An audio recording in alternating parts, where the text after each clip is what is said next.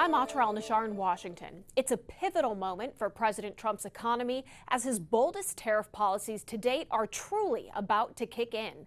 1 week from Friday, President Trump's next round of tariffs on trading partners around the world are set to take effect, some as high as 50%.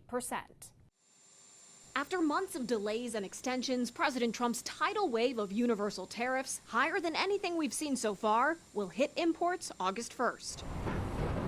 The president brushing off economists' forecasts that taxing products coming into the U.S. will add to inflation, with prices expected to really start rising in the fall. We have no inflation.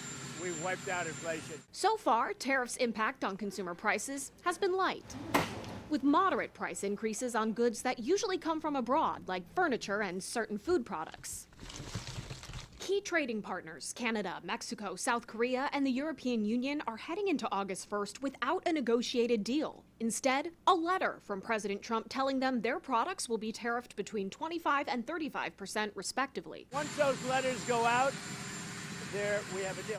Whether the president actually follows through with these import taxes is questioned by many on Wall Street who've coined the phrase taco. Trump always chickens out. Friday morning, the president seeming to hedge on strong-arming the EU. I would say that we have a 50-50 chance, maybe less than that. Minutes later, he said this.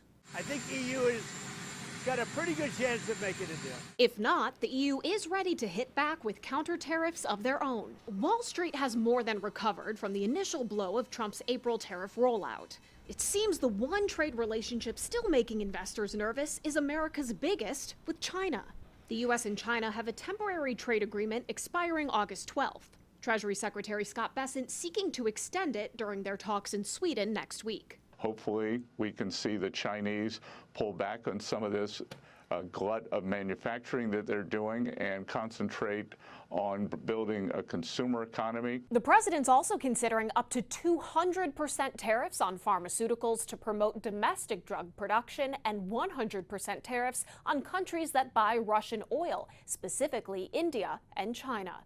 In Washington, I'm Atra al-Nashar.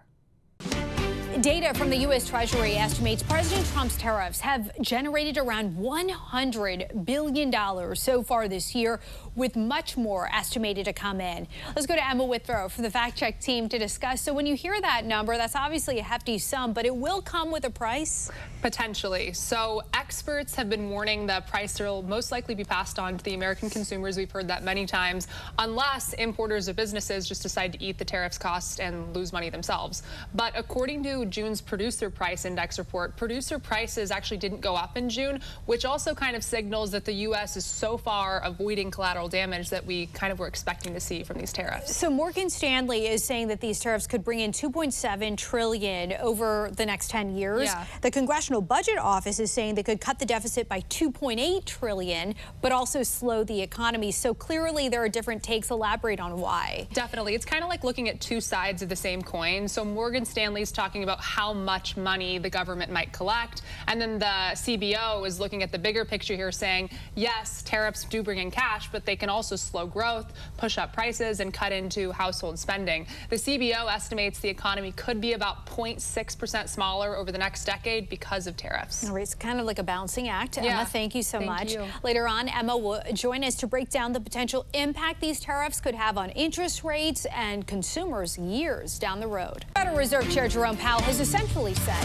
tariffs are a reason he isn't cutting rates yet. But is that justified when producer prices didn't go up in June? Let's go to Emma Withrow from the Fact Check team to discuss. So I know you dug into the latest data today. What did you find? Yeah, so like you said, June's Producer Price Index, it did cool to 2.3%.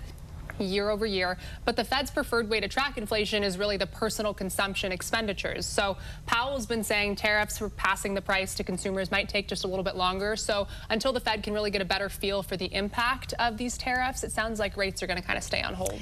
Yeah, a different school of thought. You've got, you know, on the one hand, some really urgent about this must be done now, and him saying it's kind of a waiting game. So are tariffs actually cooling the economy, or does the data suggest otherwise? Well, it kind of depends on who you ask, but just looking at the current situation. I mean, short-term growth in markets have really held up, but forecasters at the same time are saying that the impact of tariffs is coming. The CBO projects that our GDP is going to be 0.6% lower in 10 years directly due to those tariffs. So bottom line for deficits, growth, and consumers. Yeah, so bottom line here, deficits, tariffs might cut the deficit by $2.8 trillion over the next 10 years, but also financial experts are saying that it's really just going to be a tax on imports, and we're all going to feel that when we get into the checkout line. As far as growth goes, it's a slow burn, but the CBO projects slightly weaker growth over time, so keep that in mind. And then as far as inflation and rates go, prices are down for now, but the Fed's waiting to make sure that tariffs don't kick prices back up, and they're waiting on holding, lowering those rates until they see, I guess, a better estimate on where we're going to be at in a few months. Those tariffs, something that we know that we are watching here. Yeah. Emma, thank you. For more on this Fact Check Team topic, including links to their sources, scan the QR code or visit thenationaldesk.com.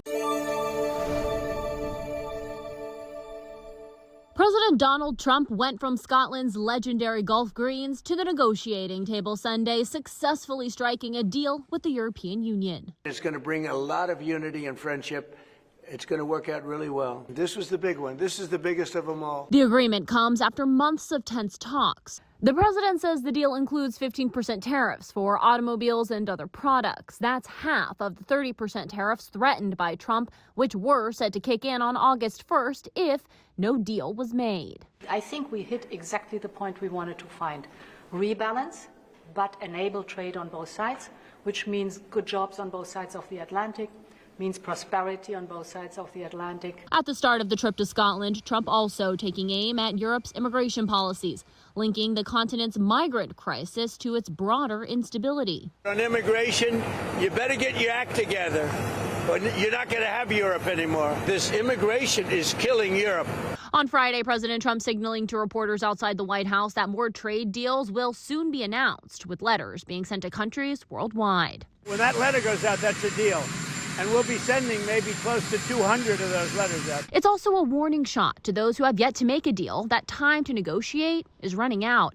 Last week, President Trump struck deals with Japan, Indonesia, and the Philippines. Earlier this month, his team finalized a beef export agreement with Australia.